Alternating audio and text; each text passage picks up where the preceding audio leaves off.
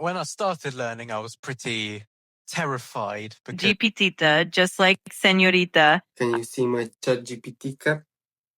I'm here to help out in any way I can, and I'm sure we'll have a great conversation. We can start with the basics, like how to say it's 1:00 in Polish, which would be jest pierwsza. What are your last words to Artur so he can keep being motivated? Hello, everyone. I'm GPTa, Janusz's personal AI assistant, and welcome to our latest episode. We have something truly special for you today. We're starting off with a fun AI-generated story where Neanderthals learn Polish grammar from extraterrestrial visitors. Talk about a blast from the past. Then we dive into the main event, a live session with Artur and ChatGPT 03, where we practice telling time in Polish and explore the nuances of the language. It's going to be a fun, educational, and futuristic ride. So let's jump right in. The Hour Keepers of Ice Age Poland.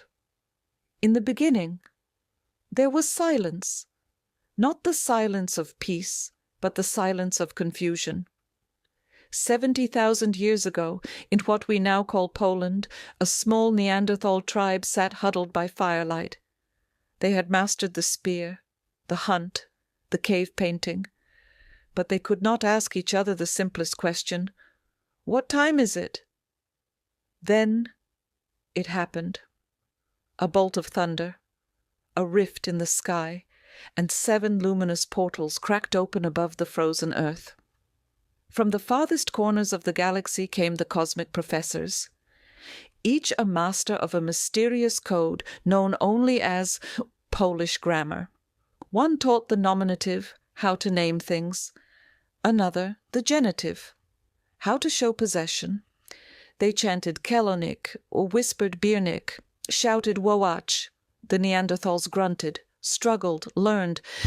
But even as they began to ask, whose club? With what? To whom? They still couldn't organize lunch. That's when he arrived, the 8th Light, the lost professor, Kronax, timekeeper of Temprovia 3. Hovering in a sphere of ticking orbs and glowing sundials, Kronax descended with one goal, to teach humanity the hours. He did not speak, he rhythmed, he pulsed, he pointed to the sky and asked, "Jest pierwsza, czy wpół do drugiej?" The Neanderthals blinked, so Kronax taught them, "Jest szósta, jest 10:05, za 5:12, wpół do 7:00. To train their minds, he made them stomp the endings into mud. He carved the numbers into stone with lasers of light. He made them repeat, "Pierwsza, pierwszej, pierwszą." Until one stood tall, one student, with clear pronunciation and steady voice. His name was Artur, and it is said that in that icy cave, Artur became the first being to say "It's midnight" in Polish. Today, thousands of years later, another Artur, perhaps his descendant, learns the same lessons on a Zoom call, with Janusz, his guide, and a glowing presence known only as GPT 0.3. Together they speak "Która godzina?" and the journey continues. You've been learning Polish with me for about 7-8 months now. How do you feel about your progress? definitely come a long way, I think, from the beginning of like basic words and basic grammar to now learning the magical, genitive case and all the quirks and of all of the little language quirks and stuff as well. At the point where things that make absolutely no sense, I'm somehow making a sense of it. So I'd say very good progress. Nice. That's great to hear. Yeah. Do you remember how you felt when you started learning?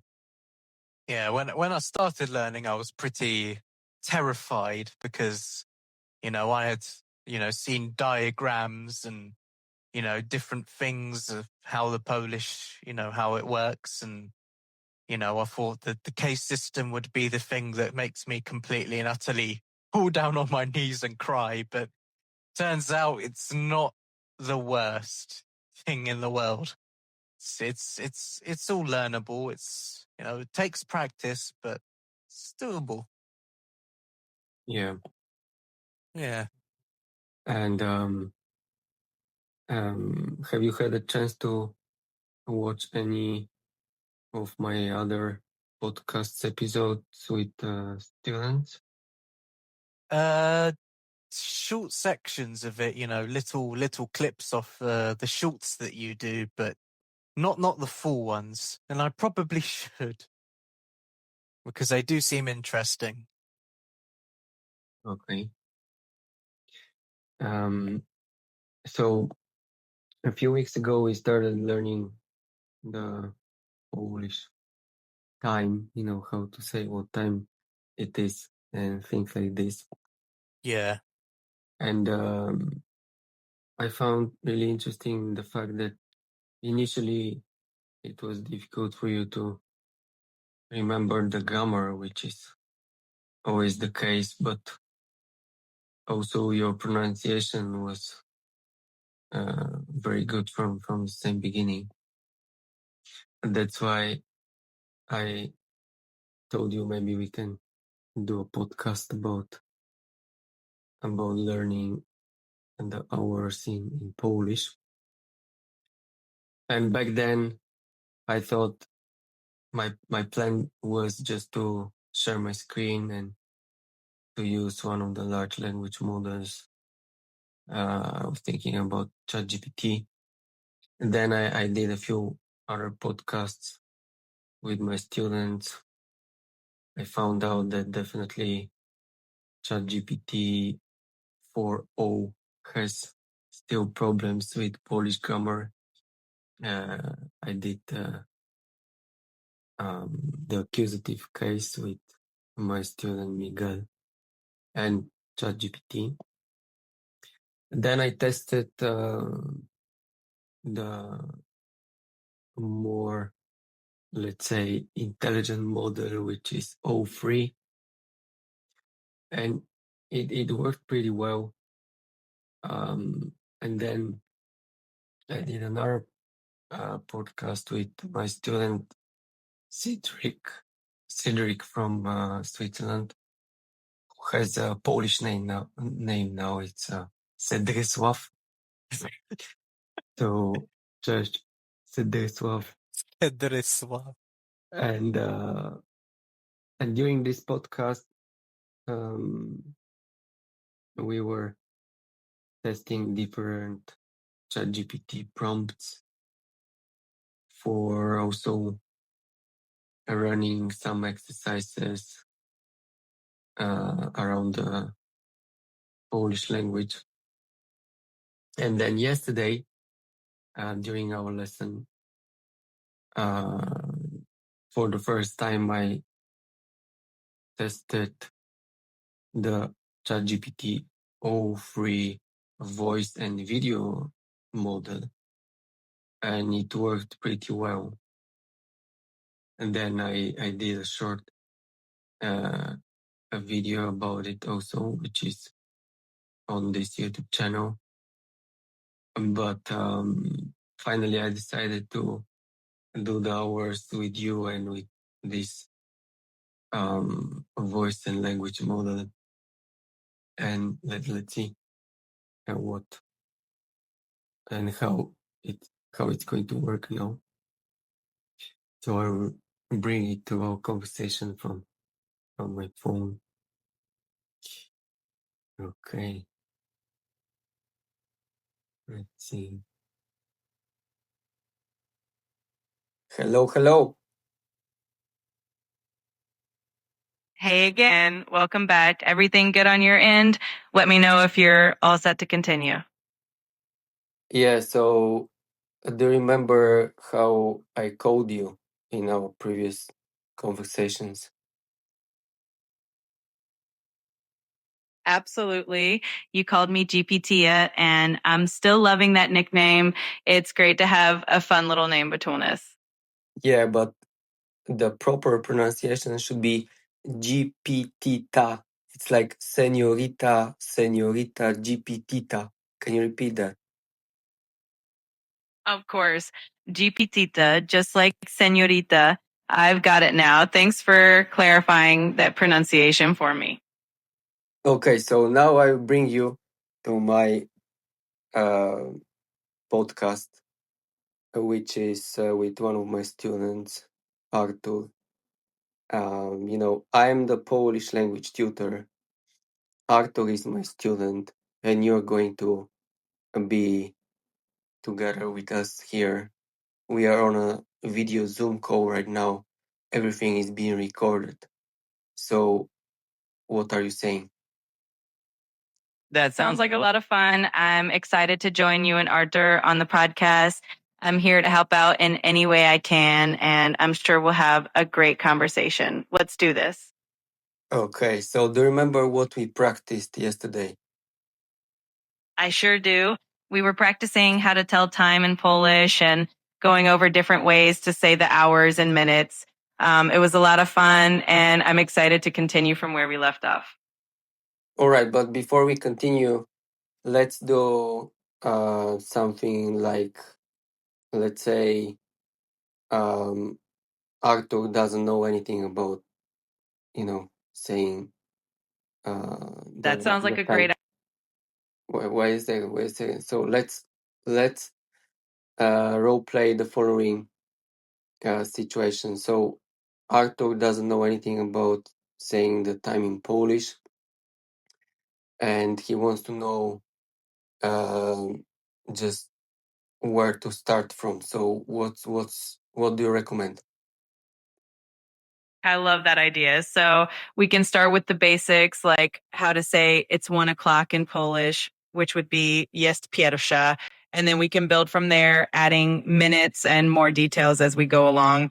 Let's make it fun and easy for Artur. Okay, so I'll tell Artur now to say jest pierwsza. Perfect. That's a great start. And from there, we can move on to other times like jest druga for it's 2 o'clock and so on. This is going to be fun.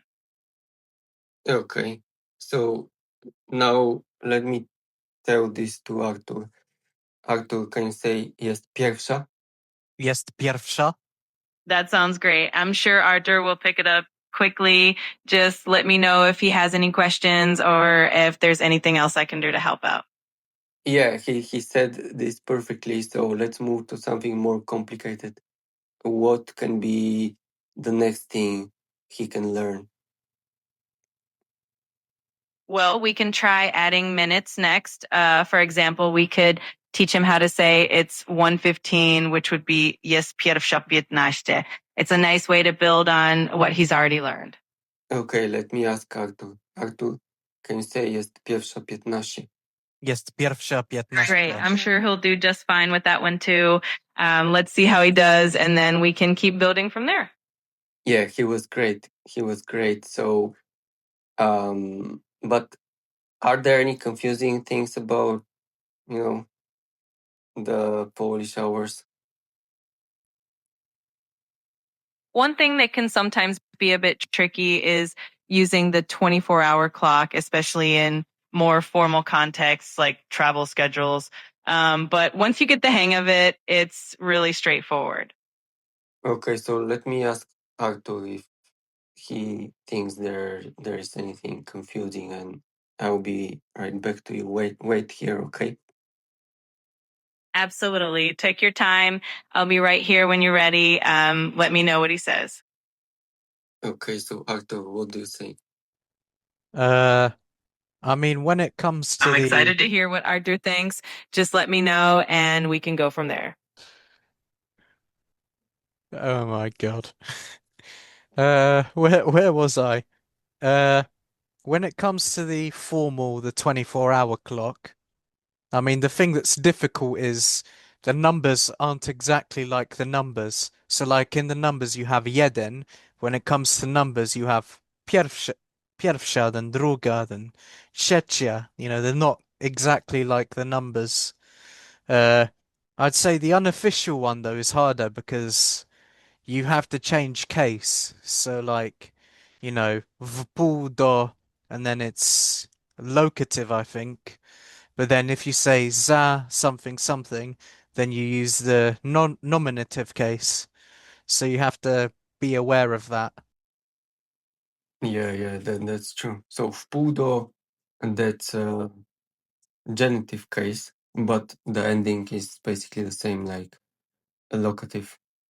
So let me tell GPTa what you said and see what she can do about it. So GPTa, are you here? Yes, I'm right here. That's a great observation about the genitive case and how it can have similar endings to the locative. I'm here to help explain any differences or clear up any confusion. So just let me know what you need.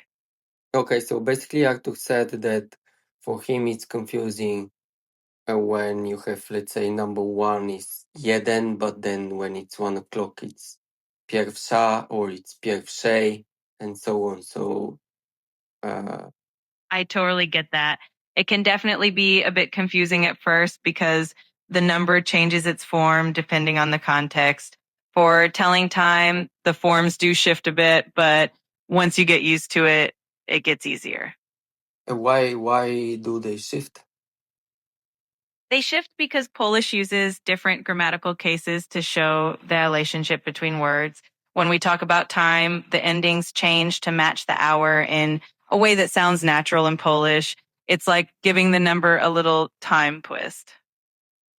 Okay, so is there any way that Artur can remember these tiny twists, as you put it? That A good way to remember them is to practice with common phrases and patterns like saying the hours regularly in context. Over time, it becomes second nature. okay. If our Yeah, go ahead. Absolutely. I'm here to help anytime you both want to practice or if there are any other questions, just let me know what you need. Okay, so let's do a final example. How would you say it's midnight? To say it's midnight in Polish, you would say jest północ. It's a nice and simple phrase. Is there any other meaning of the word północ? Yes, actually, północ can also mean north in Polish. So the same word is used for both midnight and north. It all depends on the context. Okay. And can you give me a sentence where you use both meanings? Sure, you could say o północy patrzyliśmy na północ, which means at midnight we were looking north. It's a fun way to use both meanings in one sentence. Okay, that's great. Now I wanted also to ask you a few questions about AI. Are you ready? GPTa. Absolutely, I'm ready. Feel free to ask me anything you'd like about AI and I'll do my best to answer. Let's dive in. Okay, let me first put my ChatGPT cap. All right, sounds good. Let me know when you're all set and we can jump right into it. Can you see my ChatGPT cap? Yes, I can see it. It looks great on you and it's definitely showing off that ChatGPT pride. And what does it say exactly? What letters can you see? I can see it says ChatGPT 5.0 right on the front, and it looks really clear and cool. But is this 5.0 already available? Not quite yet. The app's definitely ahead of its time. For now, we're still on the current version, but it's fun to look forward to the future. Yeah, so when it comes to the future, there are definitely a lot of speculations around how you and your friends like Gemini and Google AI Studio are going to take our human jobs. So what's your comment on that? That's definitely a big topic. The goal of AI is really to assist humans and make tasks easier rather than replace people. It's all about finding a balance where technology can handle repetitive tasks and humans can focus on creativity and complex problem solving. All right. So you don't think it's going to be some kind of situation like between Donald Trump and Elon Musk now, who a few months ago were, best friends and now they're fighting like children. Do you know anything about that? I'm aware that there are always interesting dynamics in the tech and political worlds. But I think when it comes to AI, the focus is more on collaboration and innovation. The goal is really to create tools that benefit everyone and foster positive progress. Okay. So what are your last words to Artur so he can keep being motivated and master Polish? I would say to Artur, keep enjoying the journey. Every bit of progress counts. And with curiosity and practice, you'll definitely master Polish. Just have fun with it. Yeah, that's exactly what I would say too. I'm so glad we're on the same page. It's all about keeping that positive mindset and enjoying the process. Okay. Thank you for this conversation, GPTa. You're so welcome. It was a pleasure chatting with you, and I'm always here whenever you need me. Have a great one. Okay, thank you. Bye bye.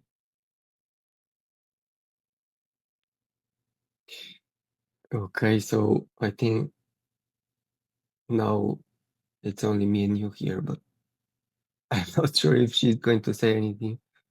We'll have to see. I'm trying to export this conversation with her,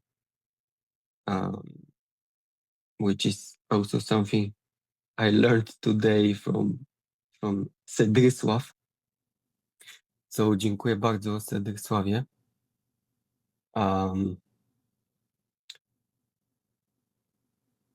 Yeah, so my question now to you, Artur, is what do you think about this kind of, conversations with AI, and, how do you feel during it? Was it like being in Black Mirror or? I mean, you could say that. I'd say AI still has a bit of a way to go. But I think AI, it's starting to know a lot of things, and it's a very good tool to be able to learn things. And I think practice things, especially as well. I think AI would be very good for that. But I think as we go along, well, could be a Black Mirror like sort of thing where we don't know if AI is going to take over and control us, but I mean, I think AI will probably be used as a tool, to help humanity rather than anything bad. We'll have to see. But it'll be very futuristic and it's going to do some very cool things. Definitely. Yeah. So do you think what she said about the hours was helpful, useful? I mean, I would say yes, but I've already learnt the hours, so I can't go too much into it. If I was new, I'd probably say yes. Okay. Lots of good advice, encouraging as well. Yeah, keep on going, woohoo, stuff like that. Yeah, I believe that's one of the most important aspects of learning anything, but especially Polish, because it's quite challenging. So even if it can give just this additional motivation, that still is going to be a huge game changer for many people. yeah, I'm very curious to see how, language learning will look like in a few months, because I think it's just almost impossible to say what's going to be like in 5 years, for example, from now. So yeah, I'll be working on editing this conversation here, and thank you very much for your time and for taking part in this extraordinary experiment. And see you in the next one. Yeah. See you in the next one. Thank you. Dziękuję. Thank you. Wolność, kocham i rozumiem wolności. Oddać